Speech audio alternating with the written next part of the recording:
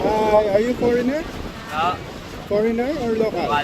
Wow, what a nice hair. Anong tawag dyan? Kite surfing po. Kite surfing. Sir, ano ino-offer mo? Kite surfing. Kite surfing, ano yan? Magkano yun?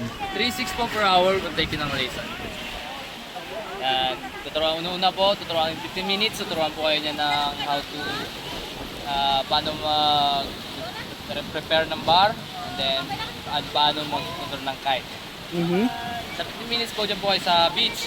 Ayun, prepare kayo ng kite, prepare kayo ng bar, and then after 15 minutes, rekta lang po kayo sa tubig. Anong oras yan, sir? Isang oras lang po yun. I mean, on the spot, anytime for Anytime, today? anytime. So, sir, anong name mo? Matthew po. Matthew. May Facebook ka? Meron. Sir, anong Facebook mo para pwede ka nilang i-follow? Matthew Prado. Matthew Prado. Matthew Prado. So guys, follow natin si Matthew Prado. Saan ka matatagpuan, sir? Dito lang po sa Bulabog sa Freestyle Academy. Dito lang po. Akala ko foreigner eh. Thank you, Matthew. Thank you.